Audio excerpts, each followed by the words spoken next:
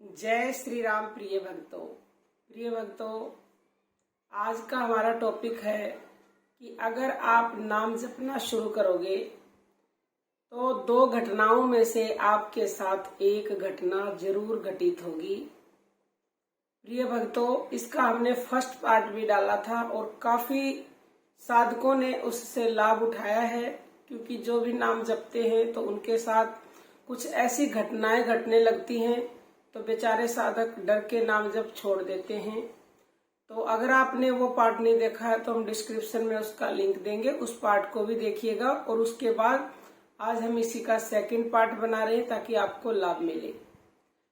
जब आप नाम जपते हो, शुरू करते हो या आप काफी समय से करते आ रहे हो, तो किसी के साथ तो ये घटना बिल्कुल शुरू करते ही हो जाती है और किसी के साथ थोड़ा समय लग जाता है, क्योंकि निर्भर करता है आपकी भक्ति कितने जन्मों की है, कितने दिनों की है, कितने महीनों की है, या आप बिल्कुल नए भक्त बने हैं अभी। तो उस हिसाब से आपके साथ ये घटनाएं भी घटती हैं। जो भी साधक नाम जप करते हैं, ध्यान भजन करते हैं या नहीं भी करते हैं, तो सभी की एक कामना होती है कि हे ईश्वर, हे मेरे प्रभु, जिसको भी आप मानते हैं उनसे दिन रात प्रार्थना करते हैं कि मुझ पे कृपा कर दीजिए, मुझ पर अपनी कृपा हमेशा बनाए रखें। तो प्रिय भक्तों, परमात्मा की कृपा हर पल, हर समय, हर जीव पे अनवरत बरस रही है। देरी है तो हम उस कृपा को समझते नहीं, इसलिए हमें वो मिलती नहीं। शास्त्रों में ये लिखा हुआ है कि प्रभु की कृपा जितना अधिक आप अपने ऊपर समझेंगे उतनी ही अधिक कृपा मिलेगी। हम समझते ही नहीं है।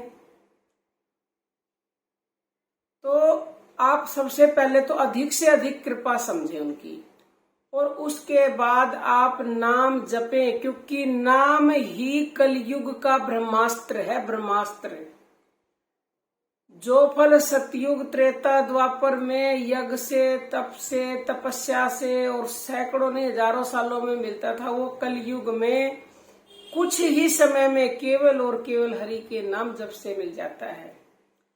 तो आप नाम जप में इस प्रकार डूब जाएं कि आपको बस और कुछ दिखाई ना दे। लेकिन अब प्रश्न ये उठता है कि आप नाम जप में डूबेंगे तो आपके साथ ये घटना होगी। क्यों होगी? देखो भक्तों, भगवान ने अपनी माया को कह रखा है कि मेरे तक किसी को मत पहुंचने देना। पहुंचने देना है तो उसी व्यक्ति को पहुंचने देना है जो सारी परीक्षाएं पास कर लेगा। अब छोटा सा उदाहरण आप ले लीजिए।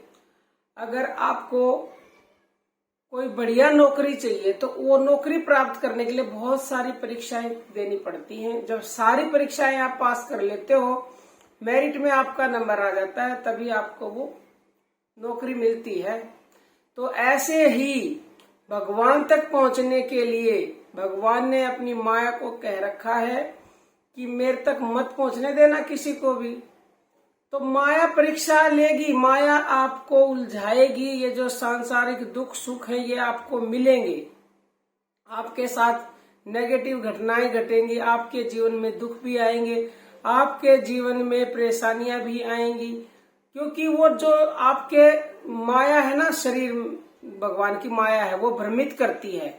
लेकिन भगवान श्री कृष्ण ने ये भी कह रखा है कि मेरी माया से वही बच पाएगा जो मेरे नाम को पकड़े रखेगा, जो मेरे नाम को जपेगा। तो अगर आप निरंतरता से और पूरी लगन से नाम जप करते रहे तो माया कुछ नहीं बिगाड़ पाएगी। माया मतलब आपको प्रलोभन देंगी। मान लो आपको घर दे दिया, गाड़ी दे दी, बंगला दे दिया, मान सम्मान दे दिया, तो आप उनमें उलझ के रह जाओगे और भगवान को भूल गए। या फिर आपके जीवन में कोई दुख आ गया, कठिनाई आ गई, परेशानी आ गई, तो आप कहोगे कुछ नहीं होता नाम से, तेरा जप लिया, जपता हूं तो दुख आते हैं। तो इससे घबराइए मत। ये दुख सुख सब वो माया के खेल हैं। भगवान परीक्षा ले रहे हैं आपकी एक तरह से।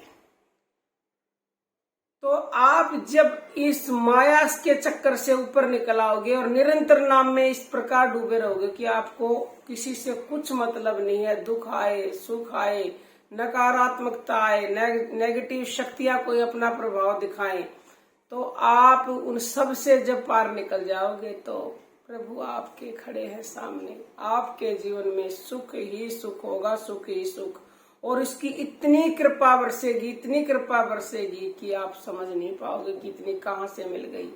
जिस प्रकार ध्रुव भक्त, प्रहलाद भक्त, मीराबाई, अनेक ऐसे उदाहरण हैं। जिस भी भक्त ने भगवान के दर्शन किए हैं, उनकी कृपा प्राप्त की है, उनके जीवन में भी कठिनाइयां आई है, उनकी भी परीक्षाएं ली गई है।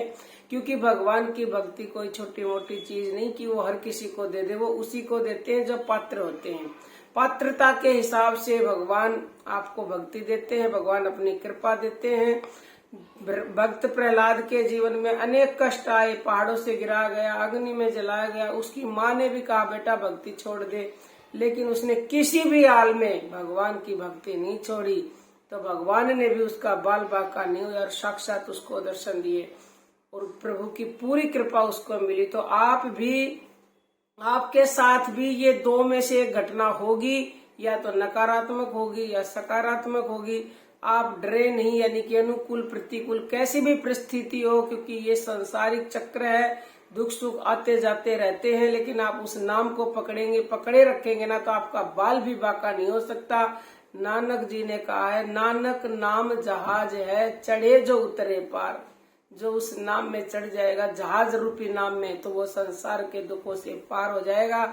माया कुछ भी नहीं बिगाड़ सकती। स्वयं कृष्ण जी ने कहा है कि मेरी माया से वही पार हो सकता है जो मेरे नाम को जपेगा, अन्यथा इस संसार में प्रभु की माया से कोई भी बच नहीं पाएगा। इसी में अलझ करके फंसा रहेगा, वो अब सब कुछ भगवान को भूल जाएगा और दुख रूपी संसार में वो भटकता ही रहेगा।